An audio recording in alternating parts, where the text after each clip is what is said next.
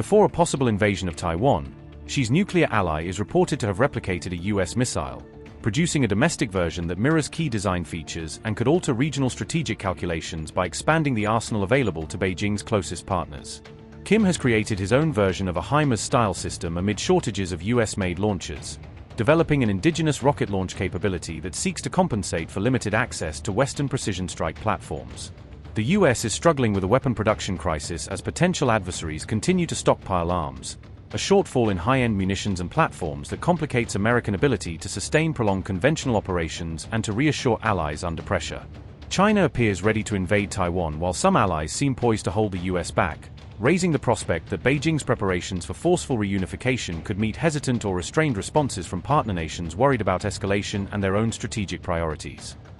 North Korea tested a locally made copy of the US HIMARS multiple launch rocket system, according to reports, conducting trials meant to validate an indigenous launcher that imitates key features of the American design and expands Pyongyang's long-range strike options. Details of the launch were reported by the Korean Central News Agency, as cited by Militani, with state media describing the exercise and providing the first official account of the capabilities demonstrated during the tests. North Korea said a lightweight multipurpose missile launch system was put through tests, portraying the trials as a successful step forward in deploying a flexible, road-mobile artillery capability that can carry different types of rockets and missiles. The tests included launches of 240mm missiles which incorporated elements of AI, and the missiles reportedly had ranges exceeding 100 kilometers, suggesting an effort to improve guidance, targeting, and standoff reach using advanced control technologies. Notably, a ballistic missile was demonstrated that resembled America's ATACMS, the report said, signaling Pyeongchang's attempt to field a theater-range strike option analogous to US tactical ballistic capabilities. North Korea's version of HIMARS reportedly had two launch positions for different missile modules, a modular design feature that would allow the launcher to switch between rocket and missile types depending on mission requirements. Observers say North Korea's systems are growing in similarity to US systems, a trend that highlights how reverse engineering and parallel development are narrowing the technological gap in certain battlefield capabilities. North Korea has reportedly conceptually imitated systems from Europe too, indicating a broader pattern of adapting foreign designs to accelerate its own weapons development and to diversify the types of capabilities available to its armed forces.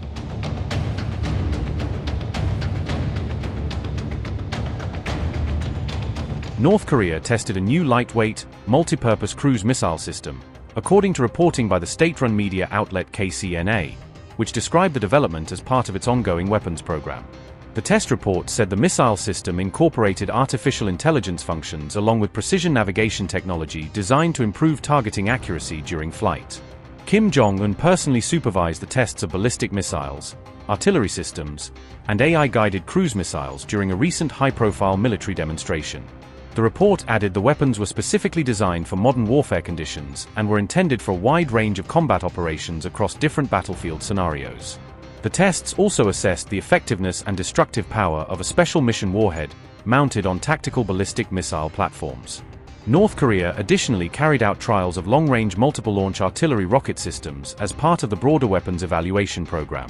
Kim Jong stated that both the weapons and their automated launch systems had been significantly upgraded to meet the demands of modern battlefield conditions. The North Korean leader further claimed that the missiles tested during the exercises were fully ready for real combat deployment if required. KCNA reported that the AI-guided cruise missiles demonstrated during the test were capable of striking designated targets at distances of up to 100 kilometers. The missiles are expected to be deployed with forward-positioned artillery units stationed near the heavily fortified border with South Korea. It is important to note that South Korea's capital, Seoul, lies well within 100 kilometers of the demilitarized zone separating the two countries. Pyongyang has officially declared South Korea its primary foe, and has formally abandoned its previous long-standing policy goal of peaceful reunification. Analysts said this marks the first known instance in which North Korea has publicly referenced the use of artificial intelligence in missile guidance systems. North Korea has previously made similar claims regarding the use of artificial intelligence technology in the development of its military drone programs. Pyongyang has been rapidly modernizing its tactical weapons arsenal while simultaneously continuing to expand and advance its nuclear capabilities. North Korea has also reportedly supplied Russia with ballistic missiles and artillery rockets since 2023 as part of growing military cooperation. North Korean weapon systems are believed to have been actively used by Russian forces during the ongoing war against Ukraine on multiple fronts. Analysts suggest that the Ukraine conflict may have provided North Korea with valuable real-world battlefield data to improve its own weapons performance and design.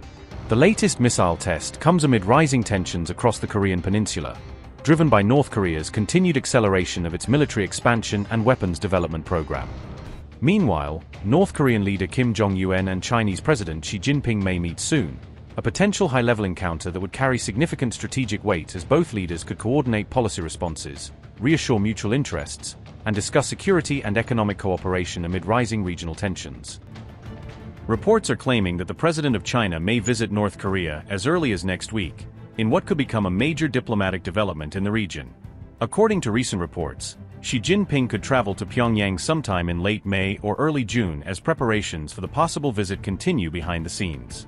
Sources also claim that a Chinese security delegation has already visited North Korea ahead of the proposed trip, reportedly to coordinate protection and high-level logistical arrangements for Xi's arrival.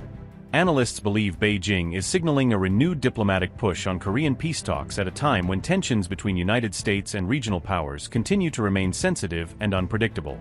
Reports further suggest that Xi's potential visit could help reopen diplomatic communication channels linked to past talks between Donald Trump and Kim Jong, possibly reviving stalled negotiations on regional security and nuclear issues.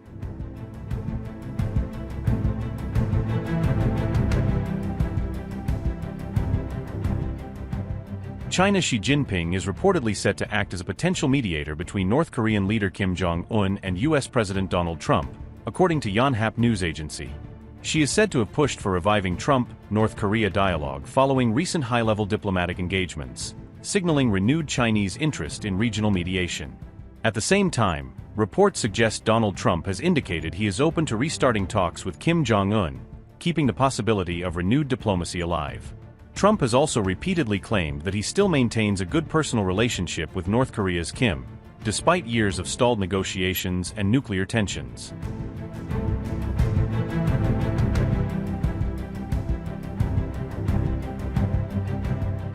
Donald Trump met North Korean leader Kim Jong 3 times during his first term in office, marking a rare and unprecedented phase of direct North Korea diplomacy.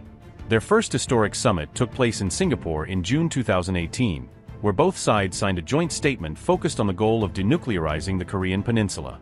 Kim Jong also reaffirmed his commitment to denuclearization, although key details and timelines were never clearly defined from the outset of the agreement. During the diplomatic discussions, Kim Jong reaffirmed his commitment to the denuclearization of the Korean peninsula, while both sides expressed hopes for improved relations and reduced military tensions. Donald Trump and Kim Jong met once again in Hanoi in February 2019 for their second high-stakes summit aimed at advancing nuclear negotiations and improving bilateral relations. However, the Hanoi summit ultimately collapsed without any formal agreement after negotiations reportedly broke down over disagreements related to sanctions relief and denuclearization demands. Reports at the time stated that the United States pushed for complete denuclearization from North Korea in exchange for easing international economic sanctions imposed on Pyongyang. Trump and Kim later held a third meeting at the Korean Demilitarized Zone, or DMZ, in June 2019, in another symbolic attempt to revive stalled diplomatic momentum between the two sides. During that historic encounter, Trump became the first sitting U.S. president to step into North Korea while meeting Kim at the heavily fortified DMZ border area. Although the talks did not result in any written agreement or concrete breakthrough, the meetings helped keep diplomatic communication channels open between Washington and Pyongyang.